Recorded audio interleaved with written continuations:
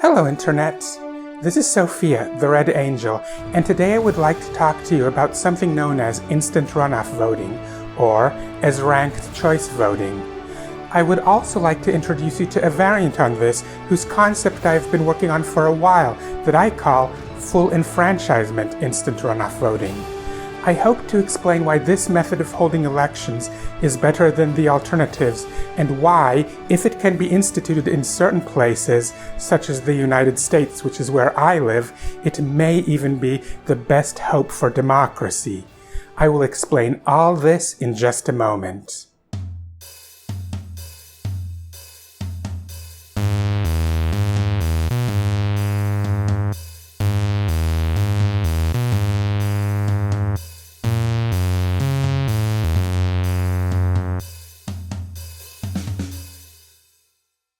Let's say you are voting in an election in which the two candidates for office are Adolf Hitler and Susan B. Anthony. Obviously, who you are going to vote for is a no-brainer. Hitler is a fascist genocidal maniac, while Susan B. Anthony is someone who has done great work making the world a better place. Of course you are going to vote for Susan B. Anthony. So let's look at a slightly different scenario. Let's say that this is once again a two-way race, and once again, one of the candidates is Adolf Hitler.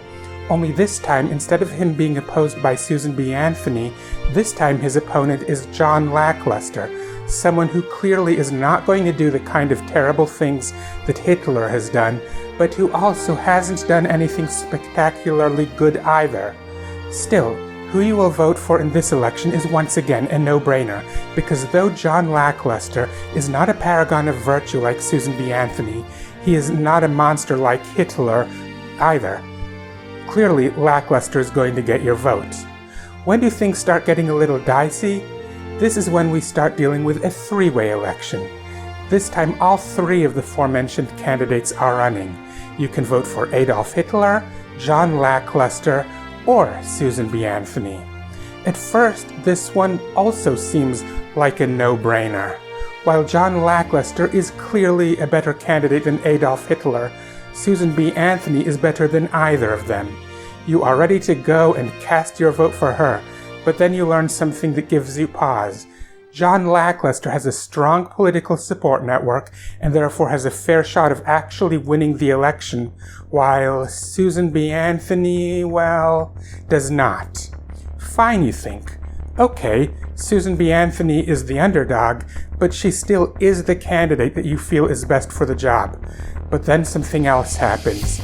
You turn on the news and find that there are tons of modern-day Nazis rallying around Hitler, and he clearly is the one who is going to get their vote. And these Nazis have enough political clout that there is actually a significant chance that Hitler might win. Your heart sinks as you realize that John Lackluster is the only one who has a real shot of defeating Hitler, and that to do that, he will need every vote that he can possibly get, including yours. So, would you rather vote for John Lackluster, despite the fact that he is not at all the candidate that you are excited about, or vote for Susan B. Anthony, despite the fact that voting this way, you might be passing up your chance to keep Hitler out of office? Anyone who knows me knows that I have very strong opinions about what the right thing to do in this situation is. However, that is not at all the point of this video. What is the point of this video is how messed up it is that voters can be put in this position in the first place. Voting should be our opportunity as citizens to assert who it is that we wish to be governed by. It is nothing short of scandalous that it can be reduced to a high-stakes game of would you rather. To make matters worse, this dynamic reduces John Lackluster's very accountability to you, the voter, by giving him a virtual monopoly over his role as viable opposition to Hitler.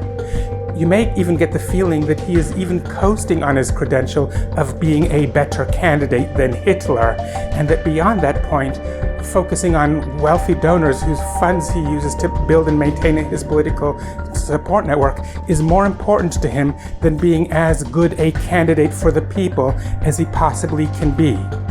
You may decide in defiance to vote for Susan B. Anthony anyway, hoping that if enough people vote the way you do, she might actually have a chance of winning, and that if a somewhat lower number vote the way you do, that might teach John Lackluster a lesson about not taking voters like you for granted. But trying to teach John Lackluster a lesson like that can very well come at the cost of Hitler coming to power in what is called a spoiler effect. And as for the possibility of replacing Lackluster as the opposition to Hitler by actually getting Anthony elected, don't kid yourself. An actual realization of the spoiler effect will get the opposition to Hitler back in line behind Lackluster long before anywhere near enough people vote in such a manner for that to happen. In short, under such a system, the people's ability to assert their will on election day is seriously compromised. But this is a problem that can easily be solved if we can only institute something called instant runoff voting, or ranked choice voting. Under this system, instead of just entering the polls, placing your check mark on one candidate and leaving it at that, what you do is you specify which one of the candidates is your first choice, which in this case would be Susan B. Anthony, and which one is your second choice, which in this case would be John Lackluster. Then, in the first round of counting the votes, your vote will go to whichever candidate you ranked as first. If one of the three candidates gets an actual majority of votes on this round, then the election is over.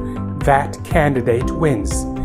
However, if none of them got a majority, then whichever candidate got the fewest votes is eliminated, and the votes are counted for a second round.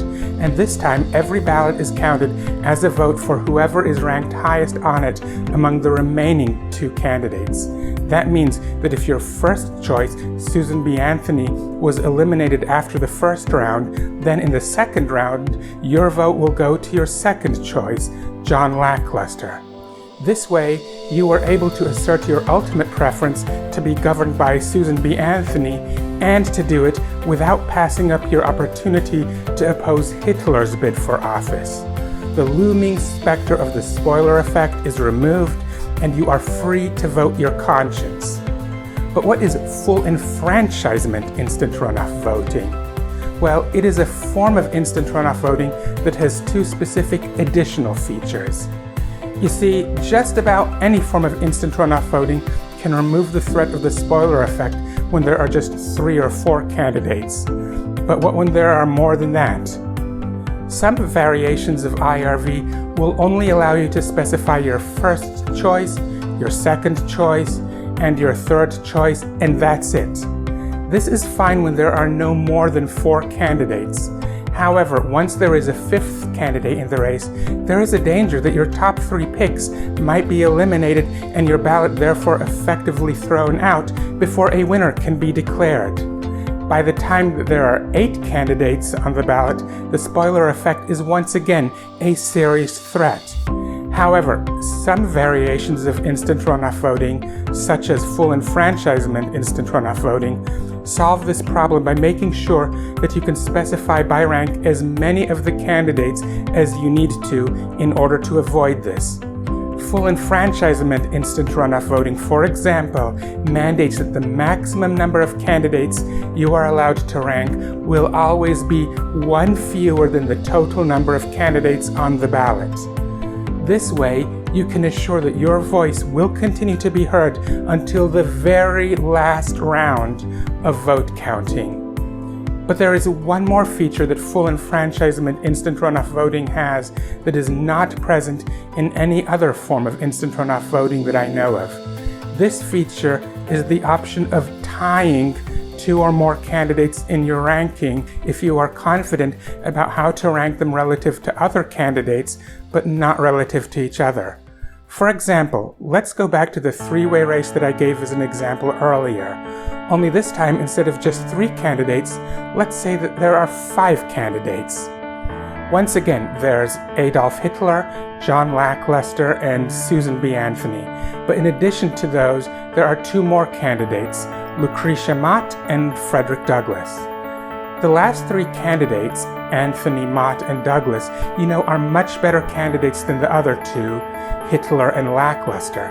But unless you know something about one of them that I do not, you do not know which of these three candidates is the best.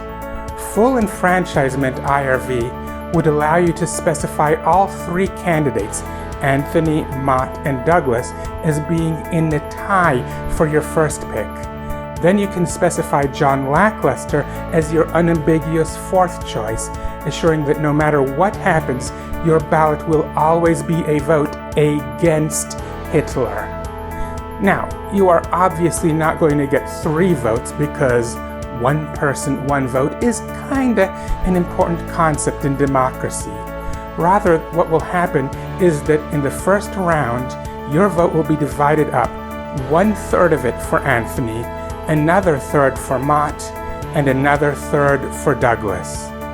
If you are worried that this will water down your vote, then don't worry, because Full Enfranchisement Instant Runoff Voting mandates that no more than one candidate may be eliminated per round of vote counting.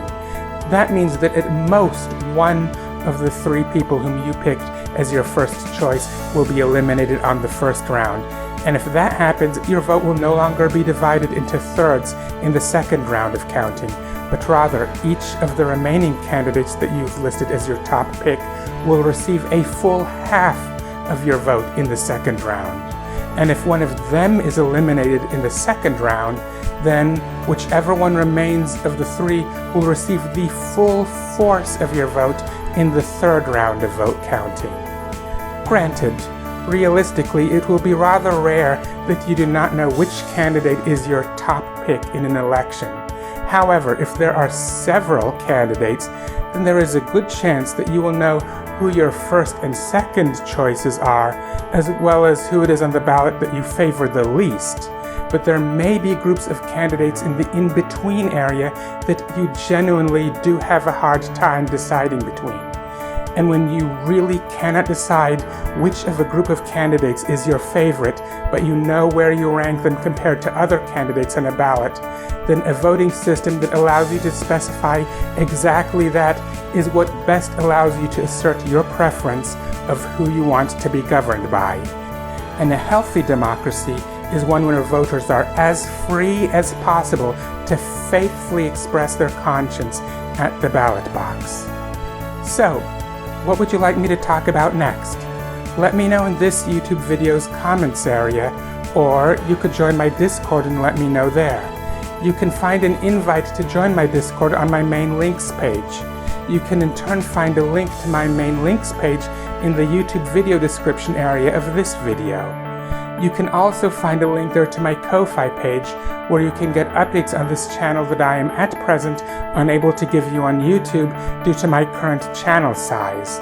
My Ko-Fi page is also where you can go if you wish to support my channel financially, because if you like this channel now, you should see what I will be able to do with it when its budget is no longer limited to whatever I am able to siphon away from my personal living expenses. Also, don't forget to help my channel grow by liking, sharing, subscribing, and ringing the bell. And until next time, see ya!